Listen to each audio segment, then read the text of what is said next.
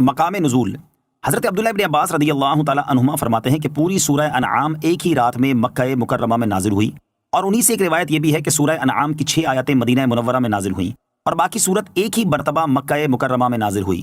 رکوع اور آیات کی تعداد، اس میں 20 رکوع اور 165 آیتیں ہیں۔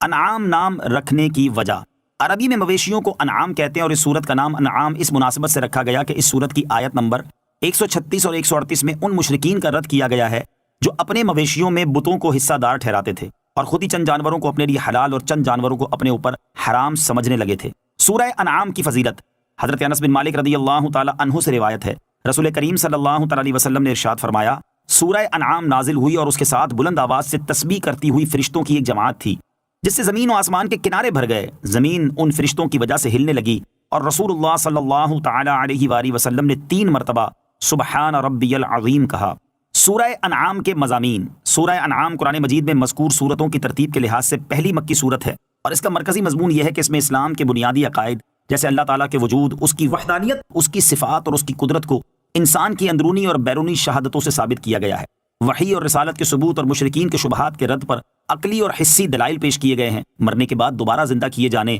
قیامت کے دن اعمال کا حساب ہونے اور اعمال کی جزا ملنے کو دلائل سے ثابت کیا گیا ہے۔ اس کے علاوہ اس صورت میں یہ مضامین بیان کیے گئے ہیں۔ نمبر 1، زمین میں گھوم پھر کر سابقہ لوگوں کی اجڑی بستیاں، ویران گھر اور ان پر کیے ہوئے اللہ تعالیٰ کے عذاب کے آثار دیکھ کر ان کے انجام سے عبرت حاصل کرنے کی ترغیب دی گئی ہے۔ نمبر 2، جانور ذبح کرنے اور ذبح شدہ جانور کا گوشت کھانے کے احکام بیان کیے گئے اور اپنی طرف سے حلال جانوروں کو حرام قرار دینے کا رد کیا گیا ہے۔ نمبر 3، والدین کے ساتھ احسان کرنے، ظاہری اور باطنی بے حیائیوں سے بچنے، تنگ دستی کی وجہ سے اولاد کو قتل نہ کرنے اور کسی کو ناحق قتل نہ کرنے کا حکم دیا گیا ہے۔ نمبر 4، حضرت ابراہیم علیہ الصلوۃ والسلام اور ان کی قوم کا واقعہ بیان کیا گیا، اور آخر میں قرآن اور دین اسلام کی فضیلت بیان کی گئی ہے۔ سورہ مائدہ کے ساتھ مناسبت، سورہ انعام کی اپنے سے ماقبل سورت مائدہ کے ساتھ مناسبت یہ ہے کہ سورہ مائدہ کی آیت نمبر 87 میں مسلمانوں کو حکم دیا گیا تھا کہ یا ایھا الذین آمنوا لا تحرموا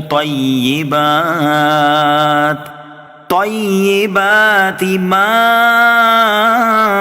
احل اللہ لکم ولا تعتدوا۔ ترجمہ، اے ایمان والو، ان پاکیزہ چیزوں کو حرام نہ قرار دو جنہیں اللہ نے تمہارے لیے حلال فرمایا ہے، اور حد سے نہ بڑھو۔ اور سورہ انعام میں یہ خبر دی گئی کہ مشرکین نے اللہ تعالیٰ کی عطا کردہ چند حلال چیزوں کو اپنی طرف سے حرام قرار دے دیا، اور یہ کہہ دیا کہ اسے اللہ تعالیٰ نے حرام کیا ہے۔ اور یہ خبر دینے سے مقصود مسلمانوں کو اس بات سے ڈرانا ہے کہ اگر انہوں نے اللہ تعالیٰ کی حلال کردہ چیزوں کو اپنی طرف سے حرام قرار دے دیا تو وہ کفار کے مشابہ ہو جائیں گے۔